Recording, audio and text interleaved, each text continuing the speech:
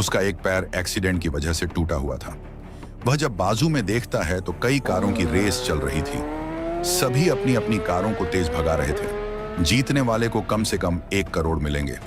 चिंटू के मन में सवाल आता है कि मैं भी रेस में हिस्सा ले लूं। अगर मैं जीत गया तो मैं और मेरे पापा अमीर हो जाएंगे और मेरे पैर का ऑपरेशन भी हो सकता है। फिर वह अपने घर आकर दरवाजे के पास रुक जाता है। सामने से उसके पापा राइस्टार ओआंटो से घर आते हैं। राइस्टार ओआंटो रोककर चिंटू के सामने आते हैं और पूछते हैं, बेटा क्या हुआ, तुम ऐसे क्यों रुके हो?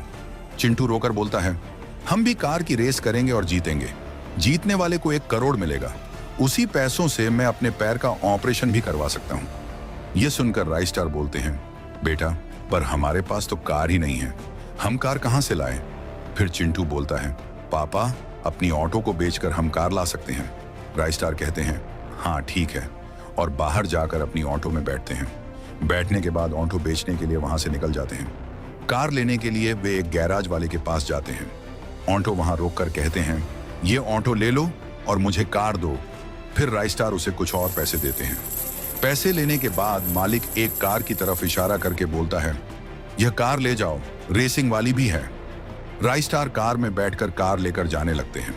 चिंटू घर के बाहर कार का इंतजार कर रहा था। राइस्टार रेसिंग के लिए कार लेकर आते हैं और चिंटू के सामने रुककर कार से उतरते हैं। चिंटू कार को देखकर बहुत खुश होता है। कुछ दिनों बाद सच में रेस होती है।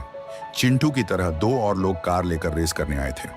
राइस्टार बच्चे को रोककर बोलते हैं, बेटा मैं कैसे रेस जीतूंगा, हमारी कार सस्ती है, उनकी कार बहुत अच्छी और महंगी है, लेकिन अगर जीत गया तो तेरे पैर का ऑपरेशन करवा दूंगा। कार वाले यानी अज्जू भाई को इन पर बहुत दया आती है।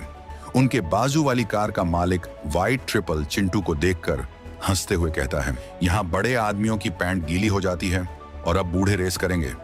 पर राइस्टार ठान लेते हैं कि डन को मैं ही जीतूंगा। कुछ देर बाद रेस शुरू होती है। सभी कारें तेजी से दौड़ने लगती हैं। अज्जू भाई जानबूझकर अपनी कार को स्लो चलाते हैं, पर व्हाइट ट्रिपल तेजी से भाग रहा था।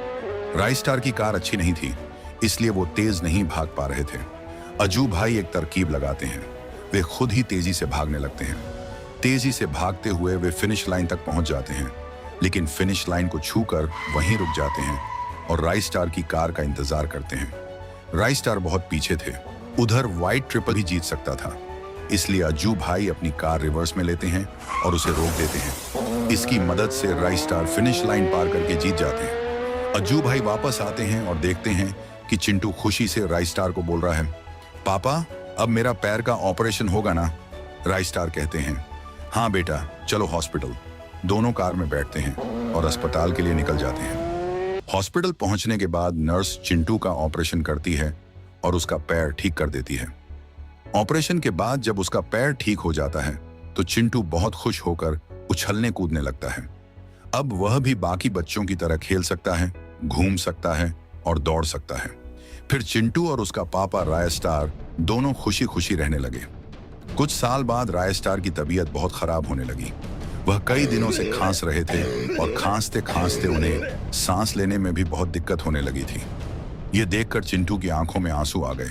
वह तुरंत अपने पापा को सहारा देकर अस्पताल ले आया। अस्पताल में नर्स ने रायस्टार को उपचार के लिए इलाज अंदर चालू किया। थोड़ी देर बाद नर्स ने बोली, बेटा तुम्हारे पापा की हालत बहुत सीरियस है, इलाज के लिए 1 लाख रुपए लगेंगे। चिंटू ने बिना सोचे कहा, ठीक है नर्स दीदी, प्लीज मेरे पापा का इलाज शुरू कर दो, मैं पैसे का इंतजाम करता हूँ। यह कहकर चिंटू अस्पताल से बाहर निकला। बाहर आकर उसने अपनी कार को देखा। वह कार में बैठा, उसे स्टार्ट किया और सोचने लगा, मेरे पापा ही मेरी पूरी दुनिया है। अगर इस कार को बेचकर उनके इलाज के पैसे मिल जाएं, तो मैं इसे तुरंत बेच दूंगा। फिर चिंटू कार लेकर एक गैराज में पहुंचा और बोला, भैया ये मेरी कार है, इसे रख लो और मुझे 1 लाख रुपए दे दो। मेरे पापा अस्पताल में हैं, मुझे उनके इलाज के लिए पैसे चाहिए। गैराज वाला चिंटू की हालत देखकर बोला, चिंटू मैं इस कार के बदले तुम्हें 1.5 लाख रुपए देता हूँ, जाओ अपने पापा का अच्छा इलाज करवाओ। गैराज वाले ने उसे पूरे 1,50,000 रुपए दे दिए। चिंटू बिना समय गंवाए पैसे लेकर हॉस्पिटल भागा। वहां पहुंचकर उसने नर्स को पैसे देकर कहा, ये लो दीदी, इसमें 1.5 लाख रुपए हैं, प्लीज मेरे पापा का इलाज जल्दी कर दो, मेरे पापा के अलावा इस दुनिया में मेरा कोई नहीं है। नर्स ने पैसे लेकर कहा, ठीक है बेटा, हम तुरंत इलाज शुरू करते हैं। कुछ घंटे इलाज करने के बाद रायस्टार की हालत सुधरने लगी और वह धीरे धीरे बैठ गए। उन्हें ठीक होता देख चिंटू खुश होकर उनके गले लग गया। लेकिन कुछ साल बाद कार भी बिक गई थी और उनके पास ऑटो भी नहीं बचा था। काम धंधा बंद हो गया और हालात इतने खराब हो गए कि चिंटू और उसका पापा दोनों बहुत गरीब हो गए। उनके पास खाने तक के पैसे नहीं थे, इसलिए उन्हें सड़क किनारे बैठकर भीख मांगनी पड़ती थी। इसी तरह दिन गुजरते जा रहे थे। एक दिन उसी गरीबी में रायस्टार का छोटा बेटा स्कूल जा रहा था। स्कूल पहुंचते ही चिंटू उदास खड़ा था। उसने देखा कि बगल में एक चमचमाती कार आकर रुकी। उसमें से एक अमीर लड़का अपने पापा के साथ उतरा। अमीर लड़के के पापा ने उसे स्कूल जाने के लिए बाय कहा और चले गए। अमीर लड़के ने गरीब लड़के को देखा और तुरंत ही उसका मजाक उड़ाना शुरू कर दिया। ओए गरीब, तेरे पास तो ये फटी पुरानी शर्ट है, देख मेरी कितनी बढ़िया कार और कपड़े हैं। कहकर अमीर लड़के ने उसे गरीब बोलकर खूब चिढ़ाया। अमीर लड़का हंसता हुआ स्कूल के अंदर चला गया। गरीब लड़का बहुत दुखी हुआ और उसका मन भारी हो गया। फिर वह भी धीरे धीरे स्कूल की तरफ बढ़ा। अगले दिन गरीब लड़का स्कूल जाने के लिए घर से बाहर निकला और अपने पापा को प्यार से बाय बाय किया।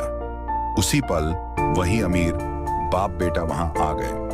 अमीर लड़के ने फिर से ताना मारा और इस बार तो उसके पापा ने भी गरीब लड़के के पापा का मजाक उड़ाना शुरू कर दिया। वे दोनों खूब हंसे और हंसते हुए वहां से चले गए। 20 साल बाद समय बीता और 20 साल बाद वही अमीर लड़का बड़ा हो चुका था।